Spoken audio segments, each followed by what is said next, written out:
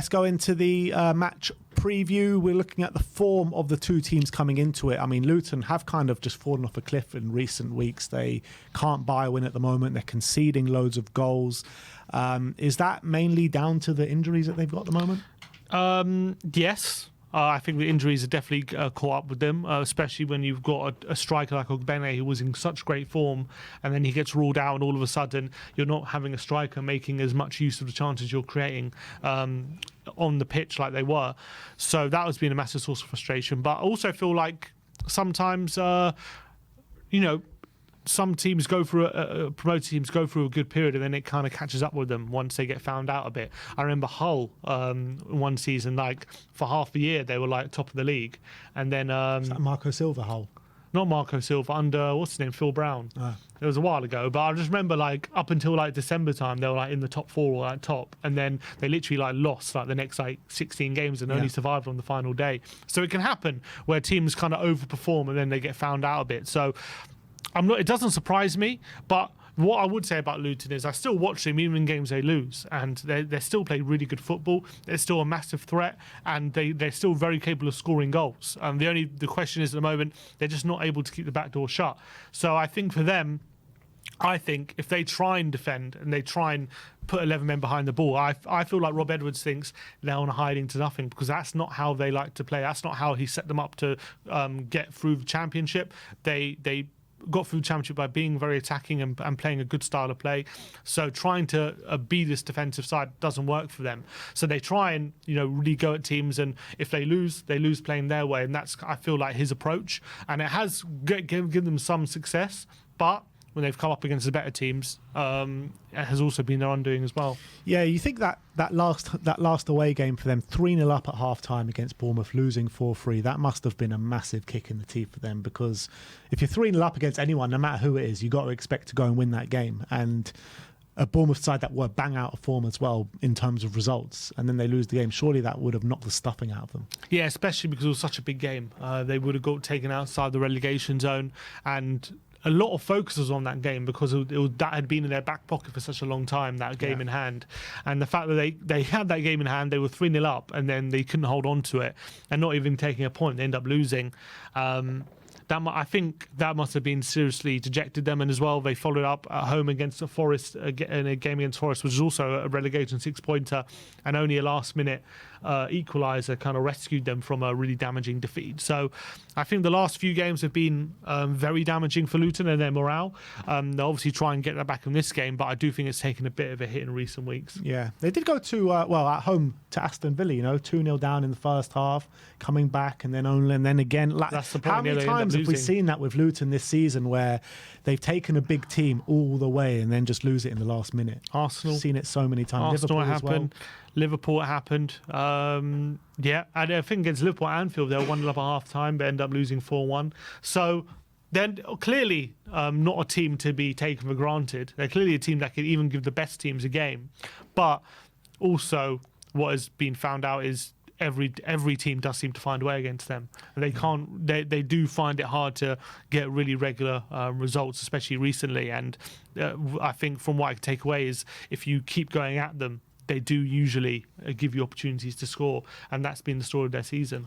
When you're looking at Spurs as well, you're looking at Andros Postecoglou has mentioned it in the past, where he said that maybe the players were a bit complacent today. They just turned up expecting to win the game. I can't remember what the game that was specifically for, but that was a feeling I got. Fulham, I think, wasn't it? No, it was before the Fulham game. He said that, and then we kind of reaffirmed that from the Fulham game. And maybe he said it again at the Fulham game. Maybe it was the second time he said it this season. But I was going to say, like, it was a feeling that I got after that Fulham game. That was the kind of vibe that the squad were like putting out there. Do you think it might be, in a strange way, a good thing that this Fulham game has come just before this Luton game, so they should not be taking this game for granted? Yeah, definitely. I mean, I'll never say it's ever a good thing, but I do think that hopefully it will be a lesson learned going into a game like Luton, where you're up against a team fighting for their lives. They're going to give absolutely everything, and not only that they've shown an ability to bloody the noses of some of the big teams. Yes, they do leak a lot of goals, but they also do get themselves on the front foot, and they do create chances. Even when they're losing, they do create chances against all these kind of teams from set pieces.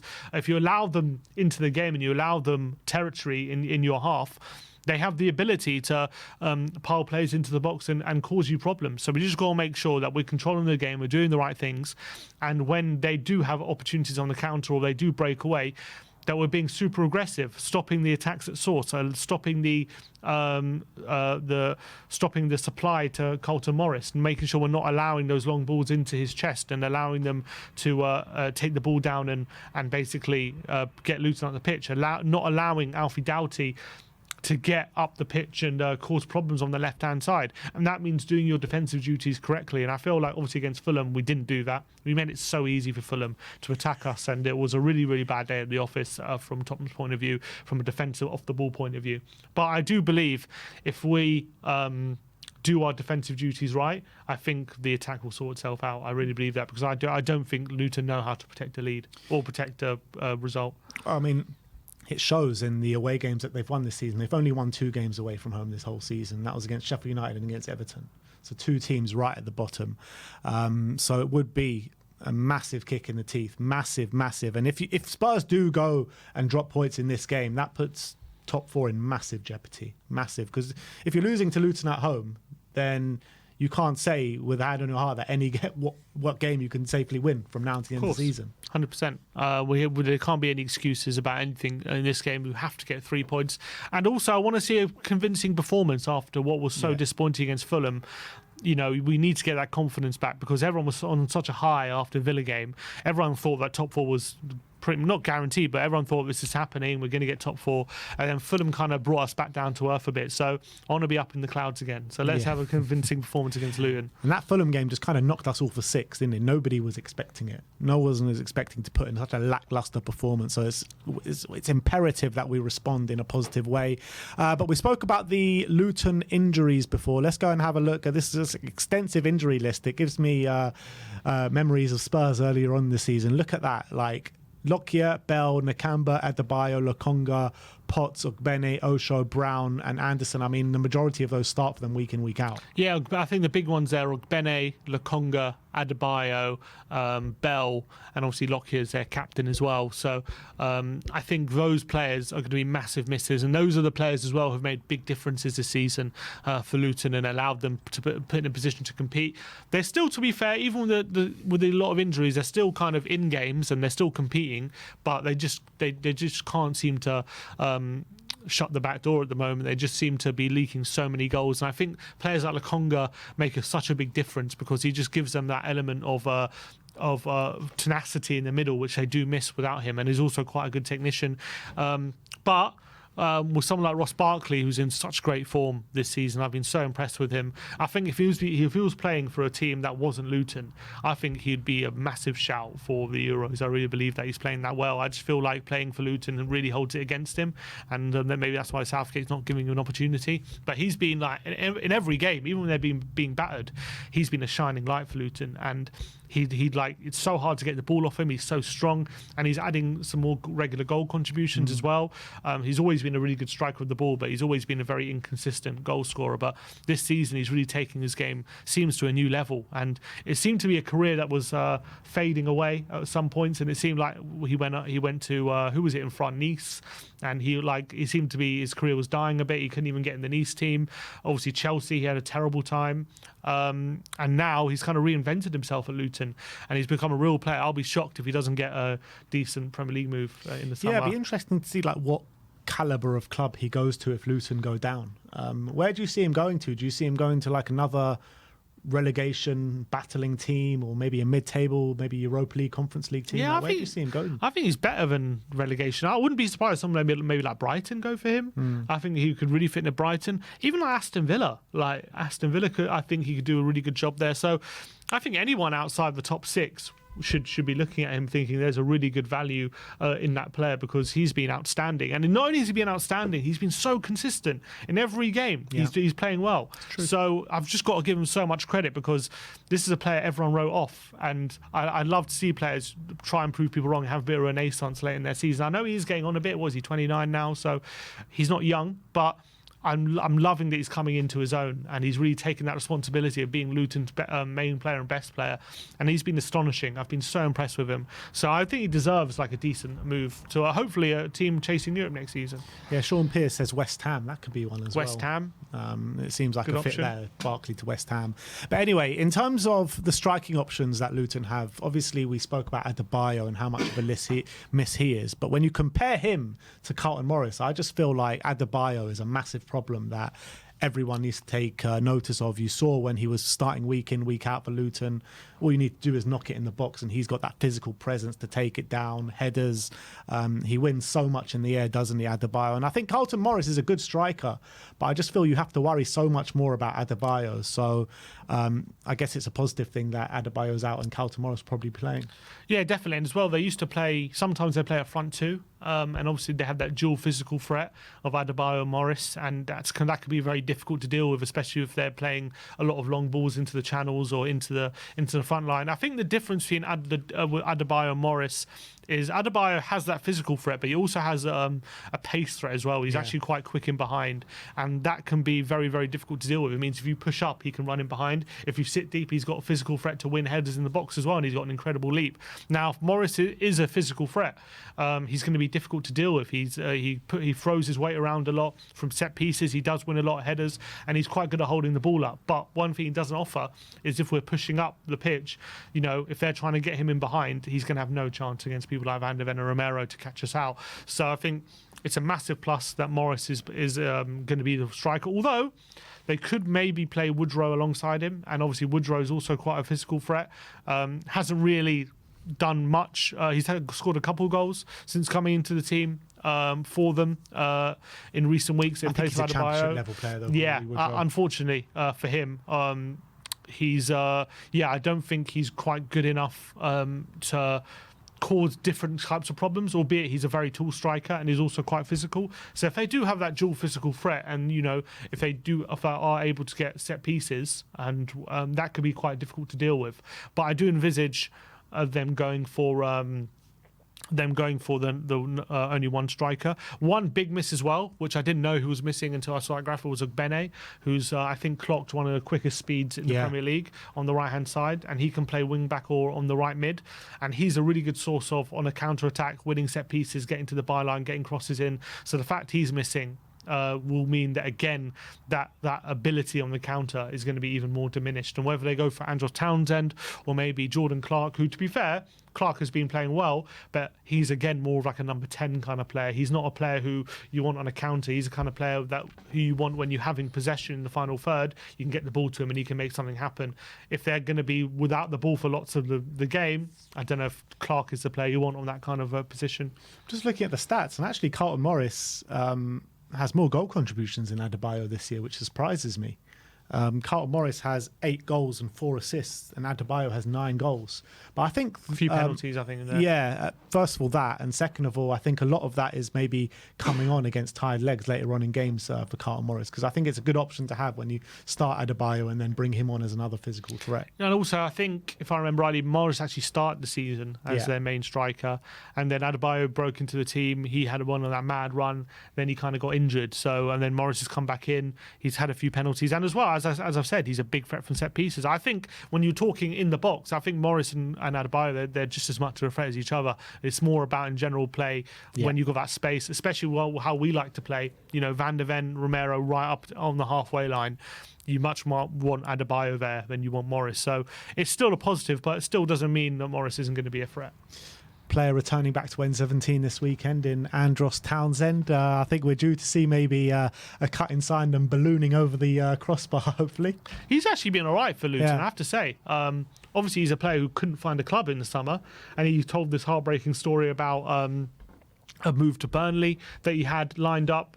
It was okayed by the club, and then last minute they pulled out the deal and decided to go with a younger player, and that must have really hurt him, because he's been a player who was out injured for such a long time, and then looked like he got an opportunity. But it looks like Luton again have given him a second wind, and actually he's been quite impressive. He's done a good job. I don't think he's been outstanding, but for a free transfer for a player who everyone didn't want to basically take a chance on, he has made a difference. He has made an effect. He's got a few assists. I think he's scored a goal as well. So he's done decent, and he's actually been quite a threat.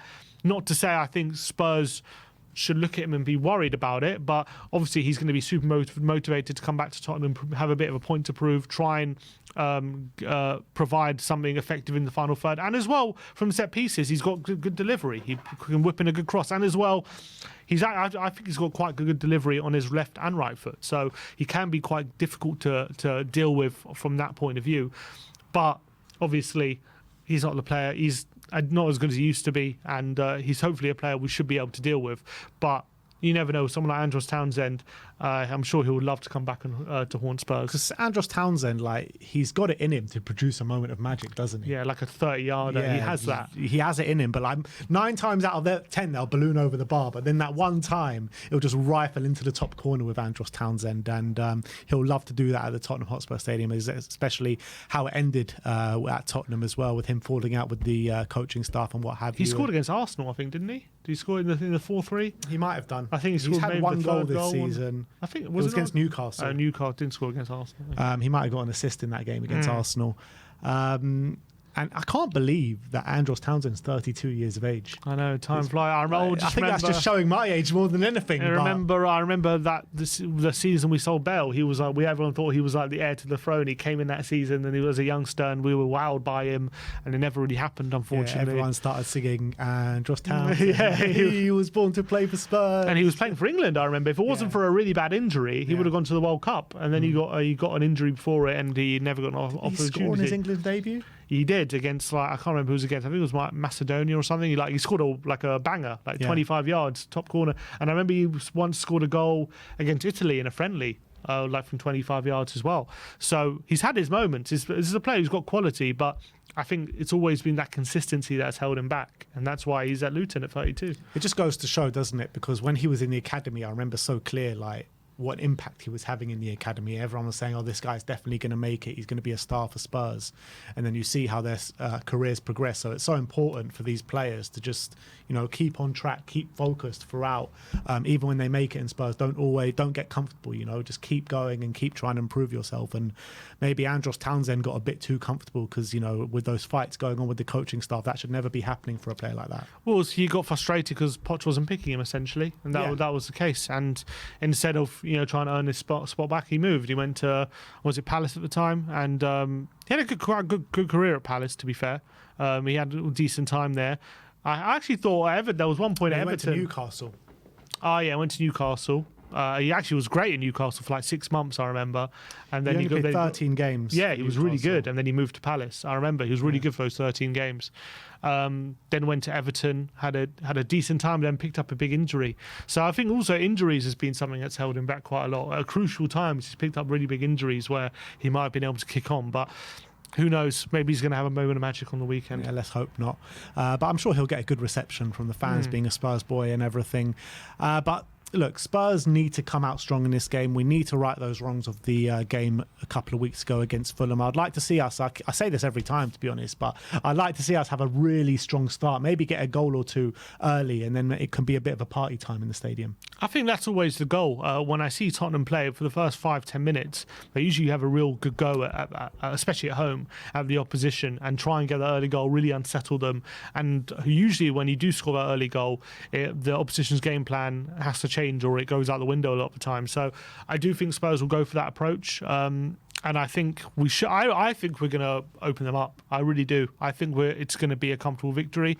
I think Luton are going to try and hurt us, but I do think because of the way we keep the ball, I think they're going to really struggle to get up the pitch, and they're going to really struggle to get in the game. And I think as well, the way we press, it's going to be difficult for Luton to get out of it. The only way I see them doing it is going long to Morris and him being able to hold it up. And look, I'm sure on a few occasions, if he can be able to hold it up, and especially if he's able to bring Alfie Doughty into play, who I think is, one of their chief creators as well. He's been such a big player for them this season.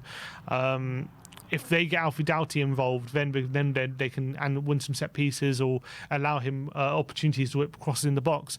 Then all of a sudden they can cause problems. But I do think those opportunities are going to be really few and far between. And I think they might get a goal, but I think the amount of chances Spurs are going to create, in my opinion, is going to be too much for Luton. And if we're clinical on the day, I think this could be a big scoreline.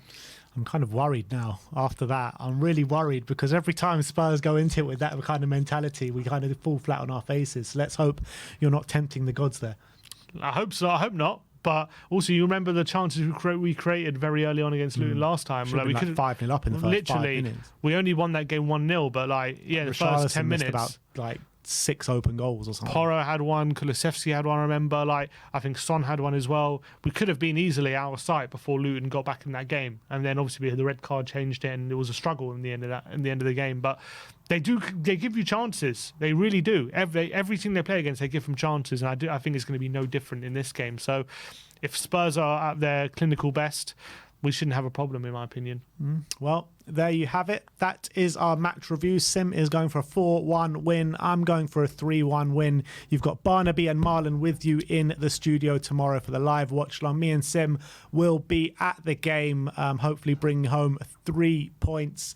So, yeah, you've got 10:30 as well, the Ange Postecoglou embargoed press conference. So wait for that.